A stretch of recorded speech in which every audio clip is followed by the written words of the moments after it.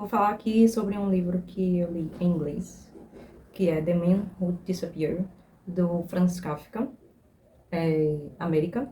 Esse livro eu peguei emprestado, né? Primeiro eu vou falar um pouquinho sobre a experiência de ler em inglês, porque eu tenho bastante dificuldade em ler em inglês, por isso que eu me forço a ler em inglês, né? Teve um livro que eu li em inglês que eu entendi um pouco mais, mas foi justamente um livro contemporâneo, digamos assim, um livro um pouco mais... Esse aqui foi bastante difícil de entender, várias partes. Algumas partes eu, tipo, a leitura estava fluindo super bem e outras estava travando muito. E como esse livro não é meu, eu não, tipo assim, não peguei o lápis para sublinhar as palavras que eu não sabia, e para colocar do lado, né, o significado e tudo mais.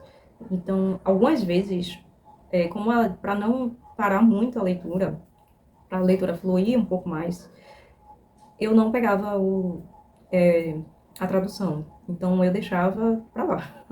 Simplesmente entendia pelo contexto e tudo mais. É claro que, com certeza, eu deixei passar algumas coisas, principalmente adjetivos, né?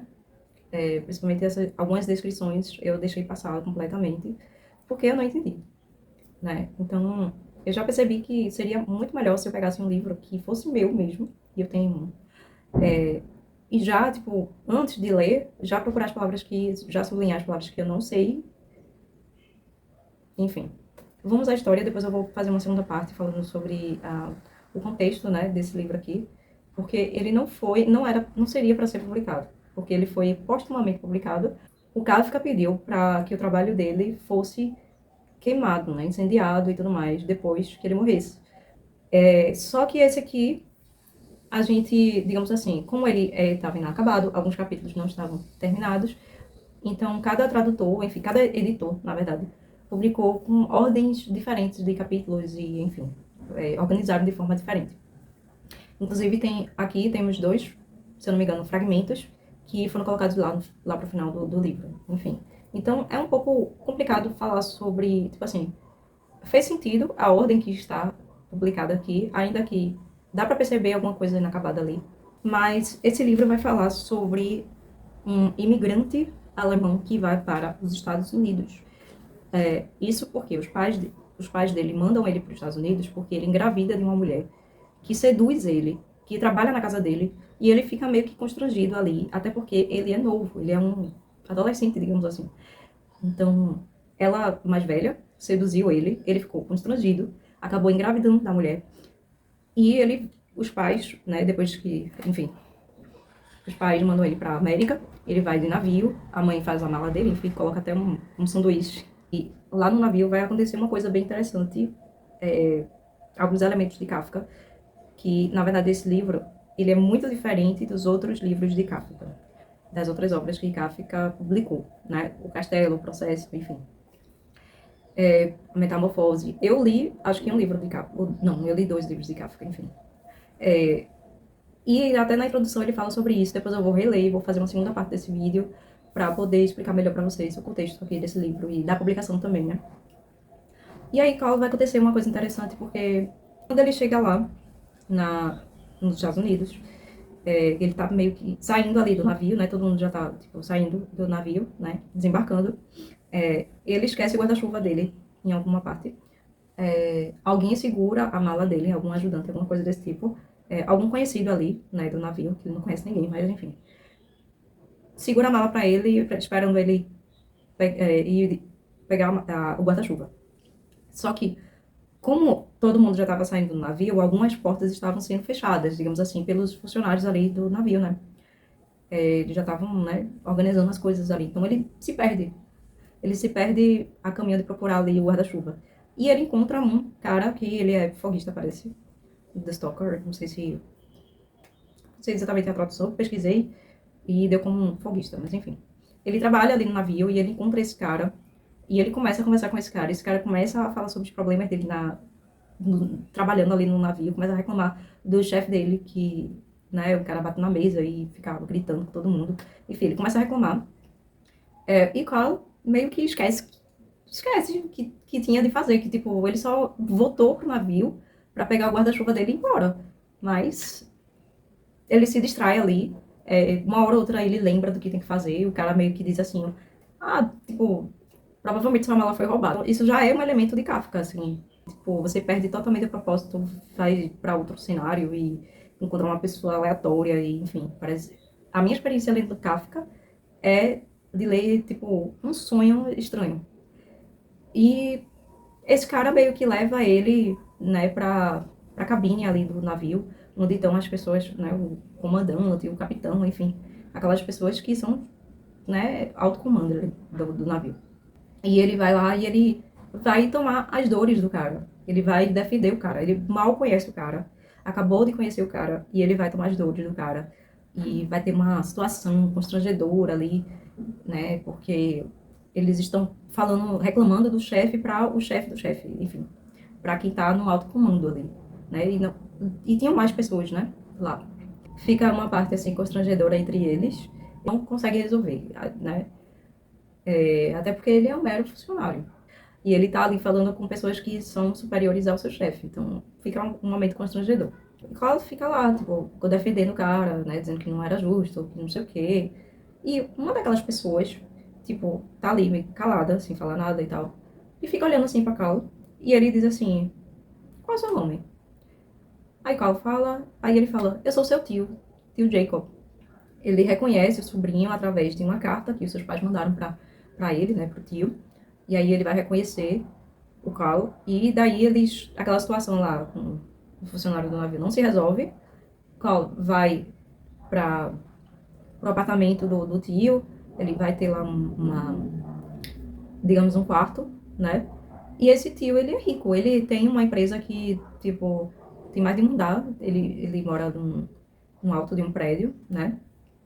Como se fosse a cobertura mesmo, a cobertura do prédio. E aí tem uns 2 andares ali de empresa do tio dele. E o tio dele vai proteger ele, né? Ali. E até então, a mala tá desaparecida. Ele não achou o guarda-chuva. Ele tá sem nada. Mas o tio dele acolhe ele e tudo mais. Contrata um professor de inglês, porque Val não fala inglês ainda. Eu não sei como é que seria isso na versão original, em alemão, né? É como se a gente, tipo, assistisse um filme dublado, onde as pessoas falam mais de uma língua, mas tá tudo dublado em português. Ele vai contratar um professor que vai ensinar inglês para ele, e em dado momento ele vai aprender a cavalgar também, a usar um cavalo, enfim. O tio é muito ocupado, ele fica muito tempo ali dentro do apartamento, ele só sai quando vai aprender, né, quando vai ter aula pra cavalgar o cavalo, enfim. Tem um dado momento que o tio dele chama ele para jantar. Inclusive, o tio dele, ele é tão legal, tão rico, enfim, que compra um piano, porque ele sabe tocar piano, ele já sabia tocar piano, enfim, e ele compra o piano pro sobrinho pra ele treinar, enfim, continuar praticando um piano e tudo mais. Enfim, mas ele não conhece ainda onde ele tá, né? Ele não sai muito de casa, ele fica meio que trancafiado ali, né, aprendendo, fazendo exercícios de inglês, tocar piano, aprender a cavalgar, e não sei o que, e só fica nisso. Até que o tio dele chama ele pra um jantar não, pra um almoço. E nesse almoço, ele conhece alguns amigos e colegas ali do tio dele, e um deles vai chamar o Cal pra casa dele pra conhecer a casa e a filha dele. Só que o tio fica relutante, ele não quer, de jeito nenhum. O tio não quer que ele vá, enfim, mas ele insiste, insiste, insiste. E, enfim, ele vai com o cara, ele não conhece, né? Mas ele vai. Já no carro, ele sente muito sono. Ele fica com sono e fica, tipo, já meio arrependido ali de ter aceitado o convite. Chegando lá, a menina já, tipo, parece que ela tava vigiando a entrada lá e ela logo recebe ele bem quando eles saem do carro. E ela já avisa que tem um visitante na casa, que é o Sr. Green. E esse cara, ele vai tratar de negócios ali com o pai dela. O pai dela fica meio chateado, poxa, logo hoje que tô com visita, não sei o quê, coisa chata, né? Enfim. E daí eles vão jantar, eles chegam lá, chega um dado momento que eles vão jantar, esse senhor Green aí, ele é meio chatonildo, ele é chato, não sei o quê, cria um clima meio chato na janta, né? A menina é chata também, não é só quem é legal, o pai da menina mesmo. E ele já tá arrependido de ter ido pra lá. Ele tá lá, tipo, tá com sono, não quer comer, tipo, vai comer pouquíssimo do jantar. Ele não tá com fome, ele tá com sono. E daí, depois da janta, o senhor Paul Landan, o pai da menina, né? Ele pede pra eles subirem, tipo, vá, tipo, conhecer o quarto dela, enquanto eu tô aqui na reunião, aqui com, enfim. E daí ele vai subir as escadas com a menina, chega um dado momento que a eletricidade acaba. Fica escuro, só que tem alguns serviçais ali segurando vela. Então isso estranha, Cole estranha isso muito. Né? A gente está falando aqui dos Estados Unidos, que tem um histórico, né, de escravidão, né? Enfim, eu acho que esse livro trata um pouco sobre isso também. E daí, Cole estranha muito como é que tem pessoas, tipo, apostos ali a qualquer momento, segurando uma vela, né, no corredor e tudo mais. Aí ele acha muito estranho porque que não tem eletricidade nessa parte aqui. E ele se arrepende de não ter levado lá uma lanterna que o tio dele tinha dado a ele. Aí ele só quer, tipo, descansar, ele quer deitar e dormir um pouquinho, descansar um pouco, porque ele tá morrendo de sono. Mas a menina é tão chata. Ela fica querendo levar ele pro quarto dela, e ele quer ficar no quarto de hóspede dele, né? E pra descansar e tudo mais, mas ela insiste tanto e eles têm uma. Ela é tão estranha e tem uma relação tão estranha ali, dos dois.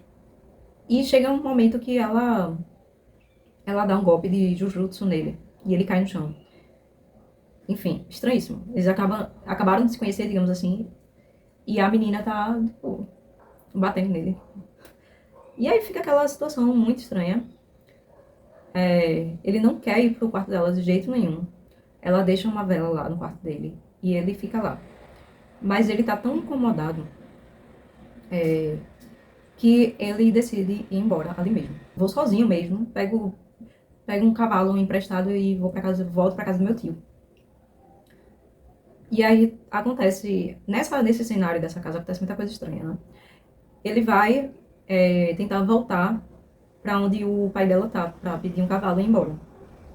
Porque ele não aguenta mais aquela situação. E daí ele vai tentar voltar, mas ele não consegue. Tá lá com a vela e ele se perde ali, né? Tá tudo escuro, ele meio que se perde, não sabe o caminho de volta. Chega um dado momento que a vela se apaga, e aí chega um serviçal bem barbudo, né? Com a barba grande e grisalha, né?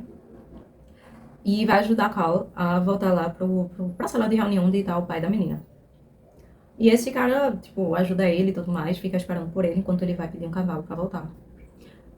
Só que o Sr. Green, que já tava lá esperando por eles, diz o seguinte: olha, eu tenho uma carta pra entregar pra você, mas eu só posso entregar à meia-noite. Que situação estranha, né? É tipo, por que você não me dá agora, né? Porque tem que ser à meia-noite, enfim. Estranho. Esse é um elemento que a gente pode perceber que de Kafka mesmo. Que o pai da menina pede pra ele voltar pro quarto dela pra se despedir dela. E aí o serviçal vai ajudar ele a voltar pro quarto dela. Chegando lá, ele toca piano, ele chora por causa da música. O professor de piano, na verdade, é o noivo dela. E ele não sabia. E ele tava lá, ele tinha chegado. Enfim. E daí ele fica perguntando nesse momento aí, ele fica perguntando pros dois que horas eram, porque iria ter de voltar à meia-noite pra pegar a carta e partir, ir embora. Ele não sabe qual é o conteúdo da carta, nem nada. E toda vez que ele perguntava, faltava 15 minutos pra meia-noite. Ou seja, a hora não passava, entre aspas, né? Mas quando ele tá, tipo, quando ele resolve voltar pra sala de reunião e tal, pra pegar a carta e ir embora, o cara já tá no corredor e diz assim: poxa, você me deixou esperando, você tá atrasado. E daí ele mostra a carta, ele lê a carta, e a carta está endereçada, obviamente, a ele, enfim. E é o tio dele, foi uma carta que o tio dele escreveu, dizendo que ele tinha desonrado o tio, dizendo que ele tinha desrespeitado a vontade do tio, porque o tio não queria que ele tivesse ido, e ele meio que desrespeitou isso, desonrou ali, sei lá, o tio dele. E o tio dele dizia na carta para ele não voltar para casa, não tentar contato com ele, não ligar, não fazer, tipo, agora você está por si só. É isso. O tio dele meio que expulsa ele, né? E nesse momento, o cara entrega, além da carta, entrega a mala, que ele havia perdido lá, na hora do desembarque, digamos assim, e o guarda-chuva, ou seja, ele não tinha perdido as coisas dele. Acho que o tio dele guardou esse tempo todinho essas coisas que ele achava que tinha perdido. E ele vai embora. E era meia-noite, ele não conhece na região direito, enfim, ele consegue meio que se hospedar num, sabe aqueles lugares à beira da estrada para trabalhadores e tudo mais, ele encontra um lugar assim e ele vai se hospedar, digamos assim. Só que ele consegue um quarto que não tem uma cama disponível para ele. Tem duas pessoas dormindo lá nesse quarto, mas não tem nenhum espaço para ele dormir. Mas ele fica lá, tipo, não tem para onde ir mesmo, então, enfim. Daí ele abre a mala, vê as coisas dele, o sanduíche tá lá, a fotografia dos pais dele tá lá, tem um pouco de dinheiro lá dentro da mala também, além das roupas dele e tudo mais. Ele meio que faz amizade ali com esses dois caras que estão lá. Um é irlandês, o outro eu esqueci. Um se chama Robson e o outro se chama Delamark. Delamark. E eles vão convidar Carl ali pra, tipo, irem com eles. Tipo, eles estão indo pra uma outra cidade pra tentar, tipo, um trabalho, alguma coisa desse tipo. E eles meio que... E Carl aceita, tipo, ah, bora. Sabe? Ele não tem muito o que fazer. E chega um dado momento que eles vão acampar em um lugar. Tem um hotel por perto. E eles pedem pra Carl ir pra esse hotel pra pegar, tipo, algumas comidas lá, um resto de comida e tal, porque eles estão morrendo de fome. E Carl deixa as coisas dele lá com o pessoal e vai pro hotel. Lá ele conhece a chefe de cozinha, não sei o quê. E ela convida ele e os amigos dele pra, tipo, dormirem lá. Passar a noite lá pra não passarem a noite na rua. E ela é uma pessoa super, assim, querida, solidária e tudo mais. E daí ele vai voltar lá pra onde os caras estão. Junto com ele vai um funcionário do hotel pra ajudar ele a guiar ele no caminho lá do hotel pra, enfim, pra ele se hospedar lá com os dois caras. Só que, chegando lá, os caras abriram a mala dele, arrombaram a mala dele. E ele não gostou nada disso. E ficou faltando a fotografia que era o objeto que ele mais tinha apego, né? Dentro da mala, a fotografia era o que valia mais pra Cal, que era a fotografia dos pais. Daí Cal briga lá com os dois caras e volta pro hotel. Ele volta sozinho. E nisso, a chefe de cozinha acolhe ele. Ele consegue um emprego lá, fica hospedado lá, dorme com todo mundo num lugar só, num dormitório. Só que acontece em um dado momento, depois de um tempo trabalhando lá, ele trabalha dentro do elevador, ele leva os hóspedes para os andares e tudo mais. E o Robson, em um dado momento, ele vai voltar todo arrumado, só que ele tá bêbado. E aí Carl fica numa situação meio que tu tem que sair daqui, tá ligado? E o Robson tá lá pedindo dinheiro pra ele emprestar dinheiro, sei lá. E ele fica super, tipo, cara, eu tenho que me livrar desse cara. E ele leva o cara tá bêbado, passando mal, tipo, super bêbado. E ele leva esse cara pro dormitório pra ele dormir lá, descansar e pra depois ir embora. Só que nisso ele deixa o elevador meio que sem ninguém, né? Sem nenhum funcionário, né? Já que ele teve de largar o posto dele pra deixar o cara lá. E acontece uma confusão enorme. Ele é demitido. Ele é acusado injustamente de outras coisas, do tipo, esse dinheiro talvez seja de alguma coisa ilícita, né? Porque o cara tá ali pedindo dinheiro pra ele, enfim. Ele é acusado injustamente, ele é demitido e ele vai levar o Robson de volta pra onde ele tá, junto com Delamark, e Delamark já tá lá, né? Enfim. Ele vai levar o Robson, o bêbado, porque o Robson ele foi espancado pelos outros funcionários do hotel. E daí ele vai levar o Robson de volta pra onde ele tá. Tem um dado momento ali que o motorista vai pedir o dinheiro, obviamente, né? Só que o Carl tá sem dinheiro. Ele já deu o dinheiro pra o Robson, enfim. E ele meio que tá sem dinheiro. Aí tem uma situação com a polícia, onde ele vai fugir da polícia. O Carl vai fugir da polícia. Delamark vai ajudar ele. E ele vai meio que passar a noite lá no lugar onde eles estão. E depois ele tá planejando ali sair daquele lugar no dia seguinte e procurar um outro emprego. Mas ele meio que fica preso lá, né, nesse lugar. Tem uma situação muito esquisita. Ele até conversa com o vizinho pela janela, né, do apartamento. E o vizinho é um estudante que trabalha em uma fábrica. E ele tá lá, ele passa a madrugada estudando. E o Carl vai perguntar pra ele, tipo, e esse estudante, ele odeia, né, o pessoal lá. Ele odeia o Delamark, ele odeia a Brunelda, que é uma mulher bem gorda, né, uma cantora, enfim, que ela era rica, alguma coisa desse tipo.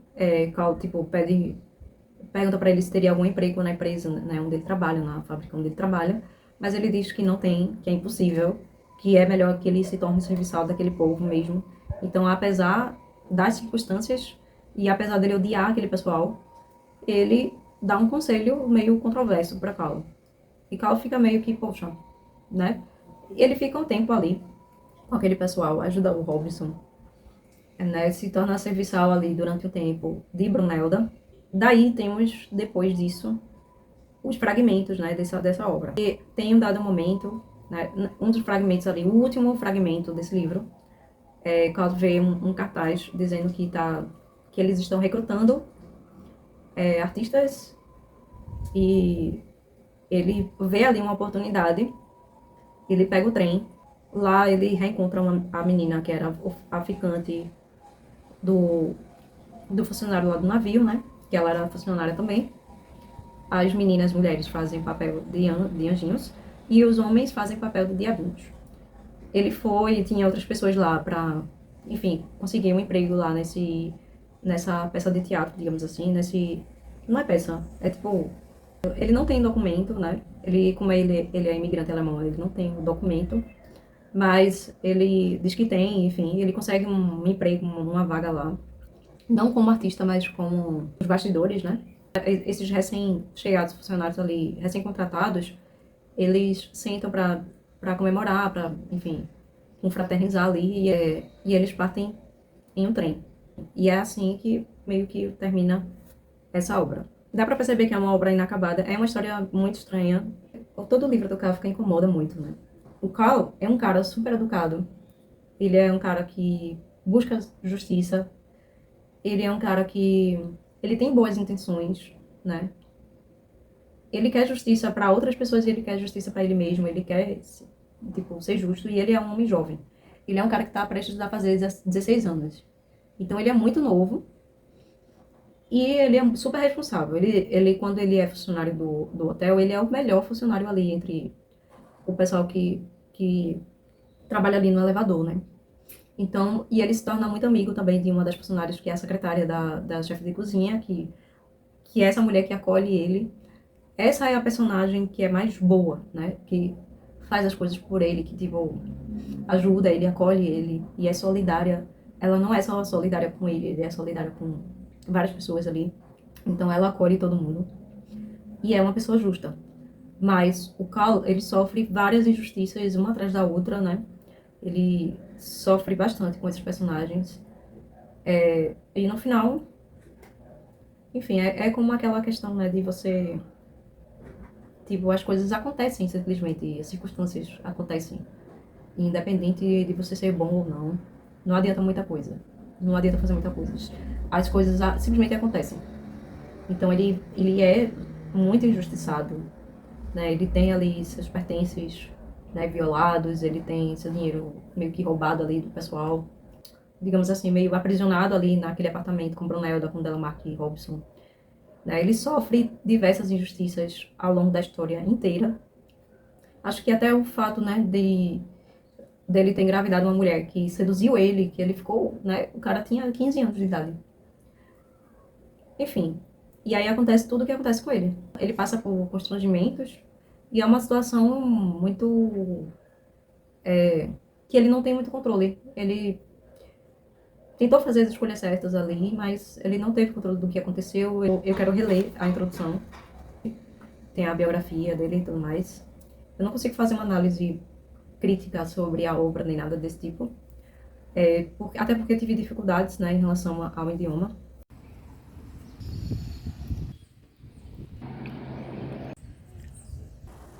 Finalmente, eu reli a parte do prefácio, que fala sobre... é um prefácio biografal sobre Kafka. E também reli a introdução, que é uma ótima introdução, né, sobre... explicando todo o contexto dessa obra de Kafka. E outras partes, assim, também do livro. Por isso que, assim, eu meio que reli, né, essa introdução. Eu não considero exatamente um spoiler, não tem nada que eu possa considerar spoiler nesse livro. Eu não sei das demais edições, se tem essa introdução também, não sei. Eu recomendo ler depois da obra, que você vai conseguir explorar um pouco mais, né, sobre o que está sendo dito. E acredito que tanto o prefácio biografal quanto eu sei que a introdução foi escrita pelo próprio tradutor desse livro, que é o Rich Robertson, porque esse livro foi escrito em alemão, todos os livros do Kafka foram escritos em alemão. Eu vou ler minhas anotações, eu tô com meu caderno aqui, meu caderno de leituras, e eu fiz algumas anotações, né, sobre essas duas partes aqui do livro.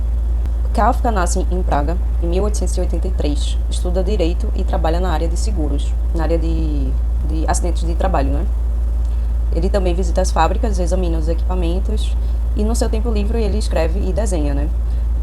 Esse desenho que aparece nessa capa aqui, inclusive, é um desenho do próprio Kafka, e publica em revistas e livretos. Em 1917, ele contrai tuberculose, se aposenta precocemente. De Praga, ele vai para Berlim, e de Berlim ele vai para Viena, onde fica internado numa clínica e morre em 1924, aos 40 anos. Ele tinha problemas de relacionamento com os pais, tinha sentimentos de culpa, mórbidas fantasias de castigo que ele registrou em seus diários, duvidava de si mesmo. Inclusive, a gente tem uma obra chamada Carta ao Pai, que ele fala um pouco da relação com o pai dele, né? E eu tenho um trecho aqui. Durante a Primeira Guerra Mundial, trabalhou para ajudar refugiados e soldados em estado de choque. Defendeu métodos educacionais progressistas que resguardariam as crianças da influência sufocante de seus pais. Sua família era judia, ele aprendeu hebraico, jardinagem e carpintaria. Agora ele só foi meio que se interessar mais pela própria religião, digamos assim, que ele não tinha uma religião, ele não seguia exatamente, mas ele foi se interessar mais quando teve uma apresentação de teatro, se eu não me engano, enfim, e ele assistiu e um dos atores, ele conhecia um dos atores que era judeu, e daí ele foi ensinar um pouco sobre isso, né, jardinagem, carpintaria, e falar um pouco sobre o judaísmo naquela região ali que ele cresceu, né. Tem várias comunidades judaicas que têm filosofias diferentes, né. Enfim, durante sua vida publicou 7 pequenos livros, mas deixou 3 romances incompletos em vários cadernos e diários. E a gente só teve acesso à América porque seu amigo ignorou a instrução de Kafka de queimar tudo. Porque ele pediu para esse amigo dele queimar quando ele morresse. Ele já estava doente, ele já sabia que ia morrer. E ele disse, olha, quando eu morrer, queima tudo e é isso aí. Só que esse amigo dele não faz isso. Entre os editores, eles tinham opiniões diferentes em relação a ordem dos capítulos, por exemplo, porque estava tudo, né, como Kafka não tinha terminado de escrever esse livro, todos os capítulos estavam dispersos. Aí tem um trecho, né? Embora límpido, o estilo de Kafka também é intrigante. Ele estava consciente dos problemas de percepção e das novas formas de atenção possibilitadas por meio de fotografia e do cinema. Porque ele nunca tinha visitado os Estados Unidos, então ele não saberia, né, como é que se diz, fazer esses paralelos que ele faz nesse livro, mas ele tem referências assim de algumas outras obras publicadas, né, com fotografias e tudo mais, para poder fazer esses paralelos em relação aos Estados Unidos, né? Aquele país que promete liberdade, onde as pessoas de outros países vão para lá para trabalhar e etc. Ele não era um autor tão famoso em vida, mas ele também não era desconhecido. Ele fazia parte do grupo de escritores de Praga, incluindo o amigo Max Brod, que era romancista e ensaísta, que foi esse cara que o Kafka pediu para ele queimar as obras incompletas, né, todos os cadernos lá. E seu trabalho recebeu elogios de Robert Musil e Rainer Maria Rilke, entre outros escritores, né. Os romances de Kafka são sobre indivíduos confrontando uma organização poderosa, mas opaca. Pareciam no Ocidente fábulas da incerteza existencial. A corte, o castelo, né? Referenciando aí as outras obras aí de Kafka. Esses trechos que eu estou falando para vocês, eu coloquei no Google Tradutor, então talvez esteja meio, né, não tão bem traduzido.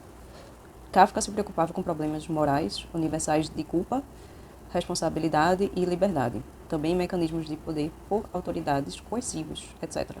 Ele apresenta um quebra-cabeças sem solução. A presença narrativa é geralmente reduzida ao mínimo. Experimentamos em grande parte o que o protagonista faz, sem um narrador para nos guiar. Ou seja, demanda uma leitura atenta, né? Eu sei que eu perdi muita coisa dessa obra, porque eu fiquei com preguiça de traduzir, porque eu não queria parar a leitura. Eu gosto quando a leitura flui. E na introdução, ele fala aqui que ele começou a escrever essa obra em 1912, teve dificuldades de bloqueios criativos, né, em determinados capítulos. E depois ele escreveu A Metamorfose e The Trial, em seguida, né, depois desse... ou seja, a América, no caso, aqui está escrito The Man Who Disappeared, América, mas a maioria das edições desse livro se chama América, né? América com K, inclusive. E é bastante sugestivo por dois motivos. K, porque é o nome de Kafka, e também porque ele usa, né, o personagem K, né, todos os personagens dele começam com essa letra. E também porque é uma América que é uma América distópica. Né? Ele não descreve a América exatamente como ela é. Né? Ele descreve a América de uma forma distópica, para fazer alguns apontamentos aí, né, sobre esse modernismo, né, dessa industrialização, enfim. Nunca foi aos Estados Unidos, como eu falei, né, mas usou como uma das fontes o livro de viagem de Arthur Hollister, America Today and Tomorrow, de 1913.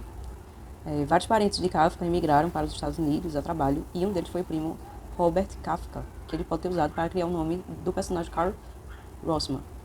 Com praticamente toda a família dele indo para os Estados Unidos, imigrando para lá, talvez ele tenha se inspirado também nessa realidade ali para poder escrever esse livro aqui. E aí eu coloquei aqui assim, ironia. O tio que imigra para os Estados Unidos, não o tio de Kafka, o tio de Karl, ele imigra para os Estados Unidos e torna-se um milionário e senador, o tio Jacob, do personagem Karl, enquanto Karl sai de sua vida confortável para passar dificuldades lá nos Estados Unidos. Né? Ele fala sobre isso nesse livro ele começa a escrever em 1912, e até hoje os imigrantes que vão para os Estados Unidos em busca de trabalho às vezes não conseguem, às vezes conseguem, tem sucesso, e, enfim, e às vezes não, às vezes é uma vida meio à parte, né? Clandestina talvez, aquelas pessoas que vão clandestinamente, né? E trabalham quase na escravidão. Tem muito humor negro e apresenta os Estados Unidos como ultramoderno, porém com fascínio horrorizado, como diz o autor da introdução. Então foram as minhas palavras, porque ele escolheu um cenário em que nunca esteve. Ele joga essa pergunta ali para a gente refletir, né? Por um lado, ele fala o seguinte: por um lado é uma América da imaginação, um espaço de fantasia definido menos por realidades empíricas do que por mitos culturais. Exemplo, a Estátua da Liberdade segurando uma espada ao invés de uma tocha. Ou seja, no lugar da iluminação, a gente tem a violência. E por que Kafka queria representar a vida moderna? Ele apresenta a Coca-Cola como um líquido preto que queimava sua garganta. E essa América é nos apresentada através de uma adolescente. A geografia aqui não é exata, é mítica. Ele faz um jogo de palavras com o nome das cidades, né, dos Estados Unidos. Na página 16, ele fala exatamente o seguinte: o ritmo da vida americana impede o descanso. E assim a falta de sono é um motivo recorrente num romance. Ficando com seu tio, Carl sofre de sonolência perpétua. No caminho para a casa do Sr. Polander, Carl já está com sono, e durante suas desventuras lá, ele se sente tão cansado que gostaria de tirar pelo menos 7 minutos de sono. A cozinheira-chefe do hotel dorme mal por causa de suas preocupações enquanto se estabelece na América. Ela se considera sortuda se adormecer às 3 e tem que acordar às 5. O dormitório dos ascensoristas é tão barulhento que Carl geralmente dorme apenas algumas horas. Seu vizinho, o estudante Joseph Mendel, trabalha durante o dia na loja de departamentos e estuda à noite, sustentando-se com café preto, adiando o sono até terminar os estudos. As pessoas são mantidas no trabalho pelo terror da pobreza. Várias famílias viviam em um único quarto, e a casa de uma família consistia no canto de um quarto, no qual as crianças se amontoavam ao redor dos pais. Ouvimos muito sobre a dificuldade de conseguir um emprego Joseph Mendel, que é esse estudante que não dorme, considera a maior conquista de sua vida conseguir um emprego e aconselha Carl a aceitar um trabalho de criado de Delamarque. O personagem, ele vê um pôster falando que estão recrutando artistas e ele vê ali uma oportunidade de sair daquela situação e pega o trem e parte para lá, para essa companhia de teatro. E eu vi algumas interpretações sobre essa parte, que seria o final do livro, né? O último capítulo do livro, né, da obra de Kafka. Inclusive, o Max Brod, que é o amigo de Kafka, ele falou, Kafka conversava sobre esse livro, e deu para perceber que Kafka queria que o destino desse protagonista fosse dele morrer. Isso não acontece exatamente, mas poderia dar a entender isso. Porque ele fala sobre vários problemas, né, várias questões sociais nesse livro, inclusive greve de trabalhadores, onde assim as pessoas trabalham muito, dormem pouco, são pobres, e ainda os Estados Unidos têm um histórico aí de escravidão, né? E tem uma parte no livro onde Carl ele vai procurar um emprego aí, só que ele não tem documentação, ele não tem um documento, né? E depois ele vai dizer que o nome dele é Negro.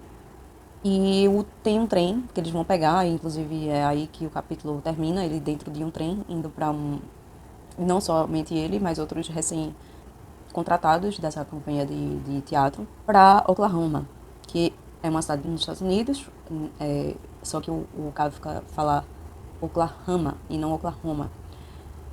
E Oklahoma, né, na vida real, assim, na história dos Estados Unidos, era considerada uma terra prometida para os negros, para que os negros escapassem ali da escravidão e fossem para Oklahoma tentar uma vida digna, digamos assim.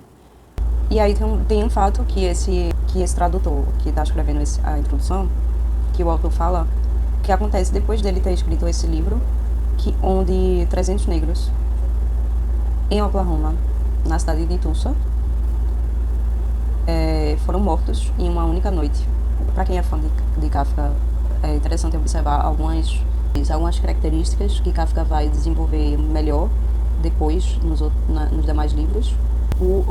Todos os personagens do Kafka sofrem muito, e o Carl Grossman, ele sofre muito também. É um adolescente que ele foi abusado sexualmente da mulher que trabalhava na casa dele, engravidou ela, passou por diversas desventuras mesmo, né? Ele foi muito injustiçado ao longo da história. Tem várias questões que a gente pode explorar e refletir, interpretar. Para quem gosta de Kafka, claro que, obviamente, que recomendo. Se você entende um pouco de inglês, um pouco não, tem que entender um bocadinho. Era para a América estar aqui de uma letra K, na minha opinião. A introdução aqui é super completa. Tem esse prefácio que eu falei para vocês, biográfico também, muito bom. E se você leu, eu gostaria de saber o que você conseguiu extrair, né, dessa obra de Kafka, o que você acha. É isso, eu já sei o que eu vou fazer na minha próxima leitura em inglês, qual vai ser o método que eu vou usar para conseguir extrair melhor do texto, para conseguir entender melhor, né, na obra e tudo mais. Demorei, mas terminei. E se você tiver interesse em adquirir um caderno meu, eu tenho vários cadernos disponíveis. Eu tenho o Instagram, mas se você não tiver o Instagram, tem um catálogo, um Linktree, e você pode me mandar um e-mail. Acredito que o e-mail esteja no catálogo. Eu acho extremamente importante ter um caderno de leitura para a gente lembrar, né, fazer as anotações, colocar alguns trechos aí do livro e lembrar das obras depois, né? Poder também refletir um pouco aí sobre as leituras